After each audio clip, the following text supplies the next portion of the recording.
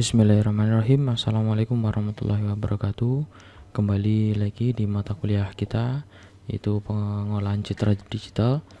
Kali ini kita akan membahas bab selanjutnya, yaitu bab tentang pengenalan pola atau pattern recognition. Baik, kita awali pembahasan pada hari ini dengan pola dan cirinya, di mana pola adalah entitas yang terdefinisi dan dapat diidentifikasi melalui ciri-cirinya atau melalui fiturnya. Ciri-ciri tersebut digunakan untuk membedakan suatu pola dengan pola yang lainnya. Ciri yang bagus adalah ciri yang memiliki daya pembeda yang tinggi, sehingga pengelompokan pola berdasarkan ciri yang dimiliki dapat dilakukan dengan keakuratan yang tinggi. Sebagai contoh, ada pola huruf, di mana pola huruf ini memiliki ciri tinggi, tebal, titik sudut, lengkung garis, dan lain-lain. Kemudian ada juga pola suara, di mana pola suara ini memiliki ciri amplitudo, frekuensi, nada, intonasi, dan warna. Sedangkan pola tanda tangan itu ada cirinya panjang, kerumitan, dan pada tekanannya. Sedangkan pada sidik jari, pola sidik jari memiliki ciri lengkungan, jumlah garis, dan lain sebagainya. Ciri pada suatu pola diperoleh dari hasil pengukuran terhadap objek yang diuji. Khusus pada pola yang terdapat dalam citra, ciri-ciri dapat diperoleh berasal dari informasi sebagai berikut. Yang pertama adalah spasial. Spasial merupakan intensitas piksel atau ketajaman dalam suatu piksel dan juga dilihat dari histogramnya. Yang kedua adalah ciri tepi, yaitu adalah arah dan kekuatannya. Yang ketiga adalah kontur, yaitu adalah garis, elips, dan lingkaran. Yang keempat adalah wilayah atau bentuk, di mana wilayah tersebut terdiri dari keliling, luas, pusat massa.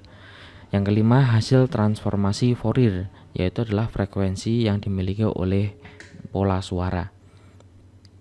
Pattern recognition, beberapa definisi tentang pengenalan pola, diantaranya yang pertama, suatu ilmu untuk mengklasifikasikan atau menggambarkan suatu berdasarkan pengukuran kuantitatif fitur atau ciri atau sifat utama dari suatu objek. Itu menurut Putra Dharma tahun 2000, Dharma Putra ya, tahun 2010.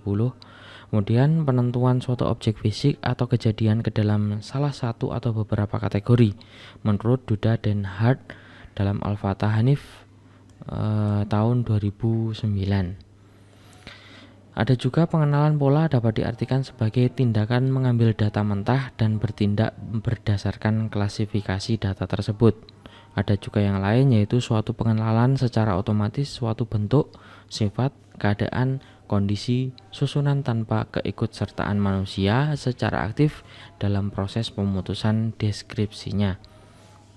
Ada juga pengelompokan data numerik dan simbol atau termasuk citra secara otomatis oleh mesin komputer.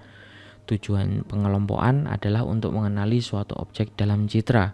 Apa yang terjadi dalam pengelompokan tersebut dapat dikelompokkan sesuai dengan pola yang dikenalinya. Manusia bisa mengenali objek yang dilihatnya karena otak manusia telah belajar mengklasifikasi objek-objek di alam, sehingga mampu membedakan suatu objek dengan objek yang lainnya. Kemampuan sistem visual manusia yang dicoba ditiru oleh mesin sehingga dapat menirukan apa yang manusia pikirkan atau apa yang manusia lakukan dengan pengelompokan pola-pola tersebut. Komputer menerima masukan berupa citra objek yang akan diidentifikasi, kemudian memproses citra tersebut, kemudian memberikan keluaran atau output berupa informasi atau deskripsi objek di dalam suatu citra. Begini cara kerja dari citra, di mana citra ini adalah pengenalan pola, di mana output dari pengenalan pola ini adalah informasi atau deskripsi dari objek dari pola tersebut. Maksudnya informasi ini akan muncul mengenai apa yang dipolakan. Misalnya ada citra sidik jari, kemudian diterjemahkan dengan pengenalan pola, kemudian informasinya akan keluar, yaitu mungkin dari keakuratan polanya tersebut. Contoh penerapan aplikasinya adalah pengenalan suara, klasifikasi teks dokumen, pengenalan tulisan tangan, pengenalan sidik jari atau sistem pengenalan wajah manusia. Aplikasi ini kebanyakan menggunakan analisis citra bagi pengenalan pola yang berkenaan dengan citra digital sebagai input ke dalam sistem pengenalan pola. Nah, seperti ini. Misalnya ada sekelompok foto mahasiswa di mana masing-masing ada pengenalan pola wajah. Nah, ada pengenalan pola-pola yang dimana klasifikasinya itu adalah klasifikasi wajah, di mana wajah itu istilahnya dibungkus dengan kotak, maksudnya itu di pattern oleh kotak. Nah, ini merupakan pengenalan pola wajah. Ini juga pengenalan pola wajah di mana masing-masing wajah itu sudah terdeteksi bagaimana wajah itu sudah bisa dikenali, seperti itu. Saat ini aplikasi-aplikasi pengenalan pola juga sudah sangat beragam. Di antaranya yang pertama adalah voice recognition yang digunakan pengenalan suara sebagai kunci bagi pengguna sistem. Misalnya ada voice recognition yang berada di mobil, di mana ketika akan memainkan suatu lagu atau mungkin media yang berada di mobil, tinggal menggunakan perintah suara. Nah, alurnya ada suara, kemudian suara itu diterjemahkan oleh speech recognition engine.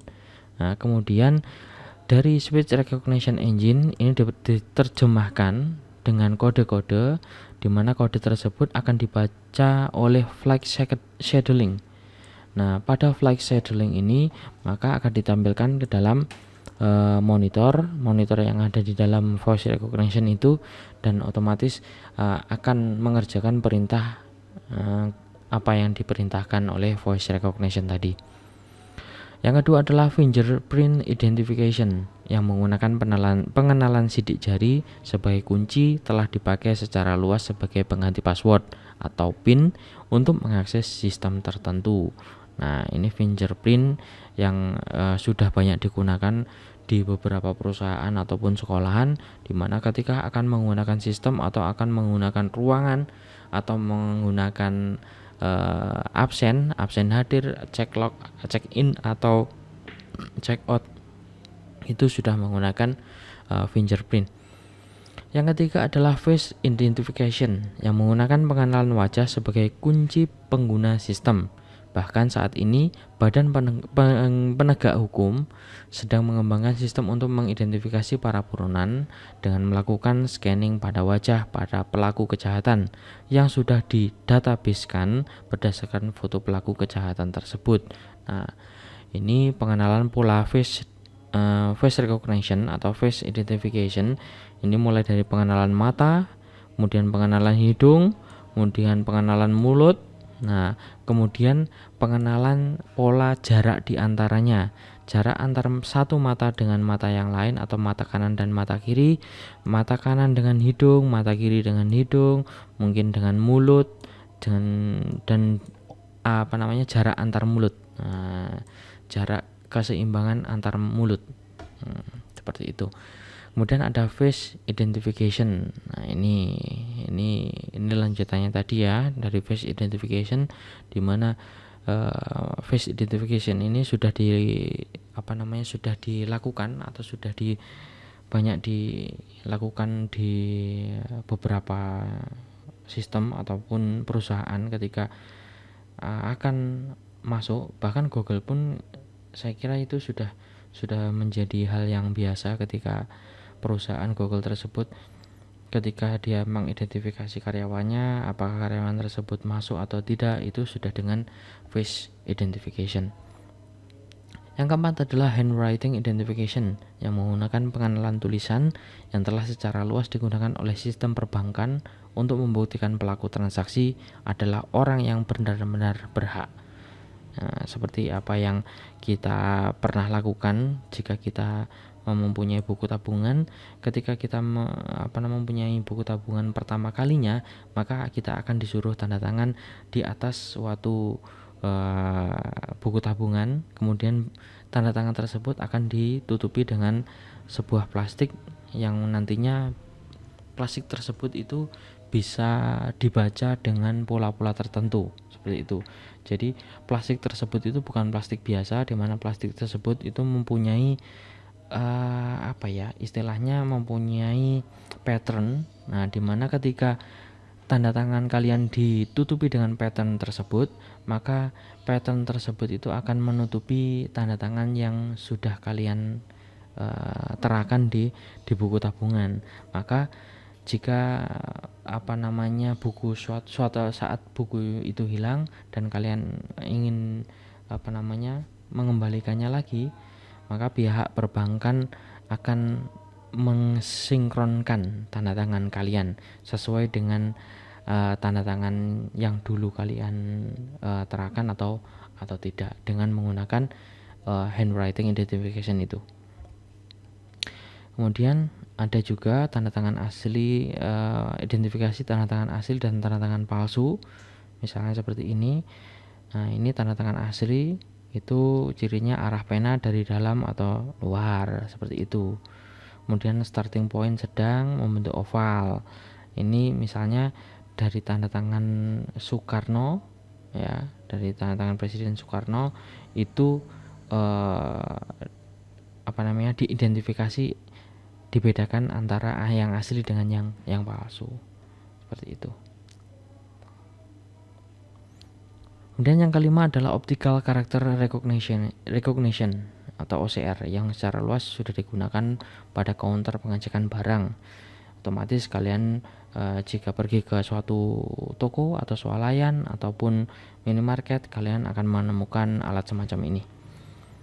Nah, selain itu juga ada produk-produk di mana produk tersebut menyertakan OCR, yaitu adalah Al-Quran, di mana ketika Al-Quran itu di-scan oleh optical character recognition, maka alat tersebut bisa menampilkan suara apa yang di-scan tersebut. Begitu juga dengan buku gambar yang menyertakan OCR, di mana ketika di-scan dia akan mengeluarkan suara sesuatu yang berhubungan dengan apa yang di-scan tersebut. Kemudian yang keenam yaitu robot vision, yang digunakan oleh aplikasi robotik dalam mengenali objek tertentu pada lingkungan yang unik. Nah, ini merupakan gabungan antara beberapa recognition yang sebelumnya itu digabungkan menjadi satu, itu bisa diaplikasikan ke dalam robot vision. Nah, mungkin itu yang bisa saya sampaikan mengenai pengenalan pola, yang dimana kita akan mempelajari dari pengolahan citra digital ini, salah satunya yaitu bab pengenalan pola. Oke, baiklah, jika ada pertanyaan silahkan komen di bawah atau mungkin di grup, tidak apa-apa. Kurang lebihnya mohon maaf. Assalamualaikum warahmatullahi wabarakatuh.